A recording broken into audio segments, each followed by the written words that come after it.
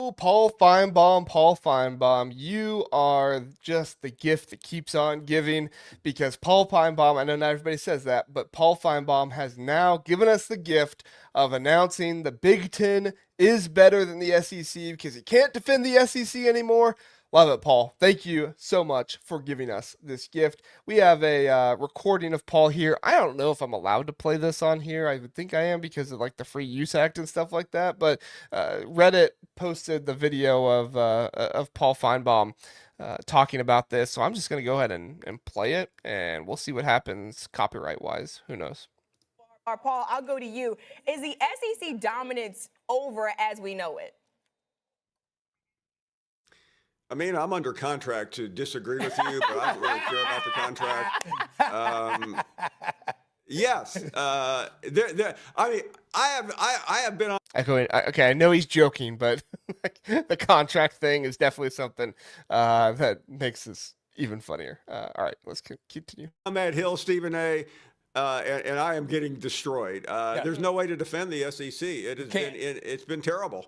Now, I'm sure somebody at the SEC office is whispering, "Hey, don't forget, Ole Miss could win it all," and that would solve some of the wounds. But this has been a long year for the SEC, and I think in the end, because I kept wrapping my arms around Alabama and saying, "Stephen A., did you remember what they did? They went through that gauntlet in the middle of the year." Well. Right. A lot of those teams they beat really weren't very good after all. They lost in bowl games and they looked terrible. Right. So it's a rough year for the SEC. Ole Miss is it, regardless of the Lane Kiffin story, which I know we're going to talk about. But there's no if Ole Miss loses Thursday night, and I'm sitting around having to defend this league to you, Stephen A., saying, "Oh, no big deal that it's 3 straight years without an SEC."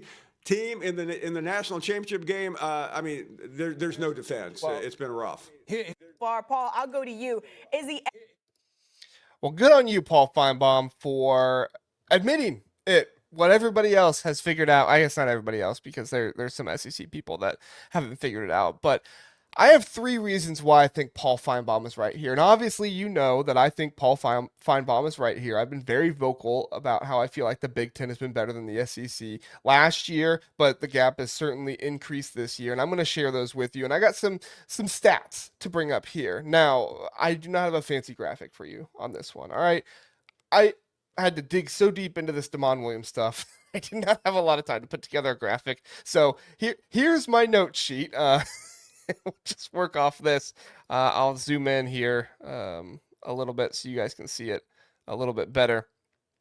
All right, so 3 reasons why I think Paul is right. I believe the tides have changed and the Big Ten is dominating in the postseason. Now, you look at the CFP record by conference in the 4-team era. This was when the SEC was their most dominant of the last few years. They won 6 national championships in this time frame from 2014 to 2023. 19-9 in that era. Absolutely absurd how many games the SEC was winning, and there was no debate during this time frame that the SEC was better. It was just the Big Ten punching up, and in fact, the ACC at 7-6. Now, a lot of that, Clemson winning games and stuff, but still, the ACC, you have to give them credit, 7-6. The Big Ten 6-7. You had some good efforts by Ohio State. You had, Michigan State get in there as well, but they lost and working through that stuff.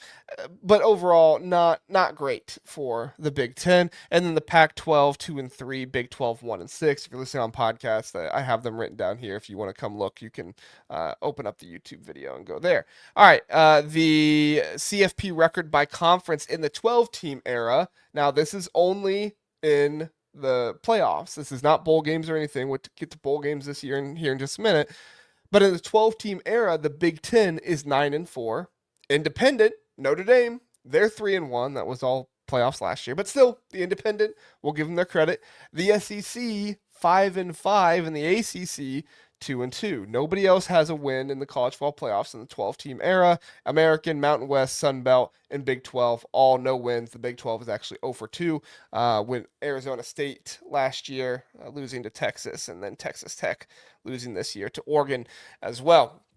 And then finally, the recent bowl season, the most recent bowl season, the Big Ten 9-4, the ACC actually 8-4, the Big 12 5-5, and the SEC 4-9. It's not just it's not like the SEC is 8-4 here or something like that. 4-9, and I know everybody will say, oh, they got their players out, they got this. Well, which is it? Okay, is it that only certain games matter, or is it that it just means more? Because that's the whole phrasing of the SEC. It just means more. It just means more playing in the SEC. Well, apparently it doesn't, because there's players that are opting out of these games. There are players for Big Ten teams that continue to play in these games. Look at Denai Dennis Sutton. Look at Luke Altmaier at Illinois. There are players that continue to play in these games. If you're a first round pick type of guy, like a for sure first round pick type of guy, I get it. But if you're a fringe first round pick, if you're a day 3, a day 2 type of guy, you should be playing in this game, if nothing else, because the other team's probably going to have some backups in there and it's going to make you look really good. Look at Denai Dennis Sutton. He looks really good going up against Clemson's, essentially backup offensive line. Looked really good for him. The offensive line for Penn State looked really good when all of the first rounders for Clemson weren't playing in that game, right? Like, this is kind of how this stuff works. But overall, you can use the excuse all you want of this, that, and the other, but the Big Ten has won those games, and if you really, really care about your school, you really care about your conference, you need to actually have your players play in those games and not just reside to the fact of like, oh, well, they're not actually going to play. And, like Missouri, if they really wanted to win that game against Virginia, they probably should have had Bo Prabula play in that game. They probably shouldn't have changed the quarterback or whatever they did to Matt Zoller in that one. So, all right, next one, and I've been saying this one for a while, guys. I mean, if you've been following the Big Ten Huddle, you know that whenever the SEC talks about, oh, well, we just compete, it's just, oh, who knows who's going to actually win. It's just a glorified Big 12 right now at this point. I'm not saying that the SEC is the Big 12. I still think the SEC is better than the Big 12. However, I don't think it's by all that much. Right now in history, obviously they're better than the Big 12, but I don't think it's as much as some people think it is. I think right now they're just a glorified Big 12, and the SEC has been a top-heavy league, and right now they have no top-heavy teams. Georgia has not won a playoff game since they won their national championship. Alabama did not make the playoffs last year. This year, they beat an Oklahoma team that honestly didn't deserve to be in the playoffs. They deserved it because of their record and stuff, but I guess I should say they deserved it. They got in the playoffs because they beat an Alabama team that honestly shouldn't have even been in the playoffs themselves either. And we saw that against Indiana. And I'm not in the business of saying like, oh, well, you lost, so you shouldn't have been in the playoffs. But when you look back on it, they should have never jumped Notre Dame, and Notre Dame should have never been kicked out of the playoffs altogether. Miami should have still been in, but when you have every other conference champion moving down except Alabama, yeah, red lights are going to go off, and we can say if that happens to a Big Ten team, I'll say it, but that's not happened to a Big Ten team. It is objectively true that Alabama did not deserve to be in the playoffs, and there was some fishy business going on to get them in there. The inexcusable move up over Notre Dame, everything else. They do not have top heavy teams in the conference right now. What has happened? A lot of people have said, "Oh, there's more parity in college football. The SEC has just gotten that much better." No. What we have seen is that the SEC, their top contenders have gotten worse, and their middle of the pack has stayed the same. And they've had a couple teams like Vanderbilt, like South Carolina last year, move up and get better. Vanderbilt got way, way better with Diego Pavia, but they got way, way better in the SEC. They did not get better than some other teams out there. It's still Vanderbilt. You watch them against Iowa. Iowa put up 30 plus points. Iowa put up more points on them than Alabama did. Right? This is not a situation where Vanderbilt immediately just like came into the stratosphere of being able to compete with top level contenders in college football. They are still Vanderbilt. They are still a team. Yes, they won 10 games this season. Congratulations. You beat a bad, South Carolina team and all these other teams, and really the only teams that you played that were a test, you lost to. So congratulations there. But as far as I'm concerned, the SEC, their contenders have come down to the level of the middle of the pack, and some of their bottom tier teams have come up to the level of the middle of the pack. Obviously, Alabama, Georgia, still really high up there. They were in the SEC championship game, but overall together, it's just not. It's not been that. the conference that can put a bunch of national champions out there. Ole Miss is a really nice story, but I just don't think Ole Miss is going to be able to win the national championship. Come back to this video and prove me wrong if they do, but I just don't think they are. And then the other thing is that you look at the number of different teams in the playoffs. And this is another thing that I want to talk about when people accuse the Big Ten of being top heavy. Oh, well, the Big Ten is just top heavy, so they can't be the best conference out there. Look at the numbers here. Number of different teams who have made the playoffs. The Big Ten has 7, the SEC has 7, the ACC 4, and the Big 12 3. The majority of those teams for the Big Ten have come in the last few years, right? The majority of those teams, well, Washington made it very early on, Michigan State made it early on, but you're talking about Oregon, Indiana, you're talking about obviously Ohio State making it in there as well, and Ohio State's been in, but a team like Indiana to be able to come in, rise themselves up in the conference and get to that point, it adds more to saying that this isn't just a top-heavy conference. Obviously, the conference has national championship caliber teams, but that's what happens when you have national championship. Not everybody in your conference can be a national championship caliber team. It's just how it goes.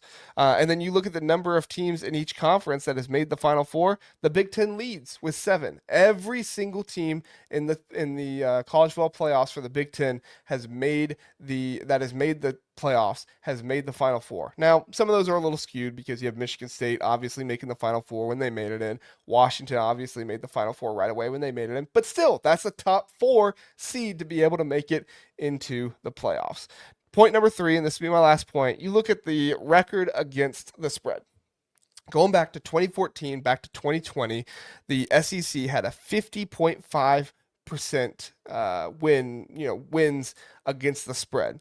The Big Ten, 49.2%. All right, the difference there is a little bit over 1% between those two in favor of the SEC. Okay, makes sense. The SEC, they're playing well. Public perception. A lot of the against the spread stuff, the spread is public perception. So that's why this matters. This isn't your typical win-loss stuff and everything. This is, are you able to cover against the teams? Are you able to play up to the standard of what the public has you at, or the betting markets, the metrics have you at? Are you playing up to that? The Big Ten was very close in 2014 to 2020, but not great. And then the SEC was over that. Congratulations to them. In 2021 to 2024, both teams were over that. The Big Ten, 51.1%, the SEC 51.7%, a difference of 0.6% in favor of the SEC. You see the gap was closing in 2021 to 2024. That's great. And then now in 2025, when you look at all of this together, the SEC is well below 50% at 47.8%. I believe the only conference that is worse than them, or Power 4 conference that is worse than them, is the ACC. The Big 12 is actually, last time I checked, I didn't check the past couple weeks. I checked this a few weeks ago, and I did not run the numbers for the Big 12. I apologize. But a couple weeks ago, they were well above 50%. The Big 10 was above by a couple, and then obviously they've not covered. They did not cover against, Miami, and then you had USC and some other stuff like that. But anyway, the Big Ten barely under 50%. So yes, you do have to take into account the Big Ten is under 50% here, but not nearly as much as the SEC is. The SEC 47.8% against the spread. The Big Ten 49.6%. That is the largest difference of these time frames of plus 1.8%. So you've seen the dominance of the SEC, how much that worked together in public perception. Are you achieving what people think you should achieve? The middle range of it all, with the 21 to 24, that's when you really start to see the Big Ten starting to close the gap a little bit more. And then in 2025, when the gap fully closes and the Big Ten can finally say they are the best team the best conference in college football. Will it always remain that way? We'll see, but at least for now, it is that way. And Paul Finebaum, you are correct. Congratulations.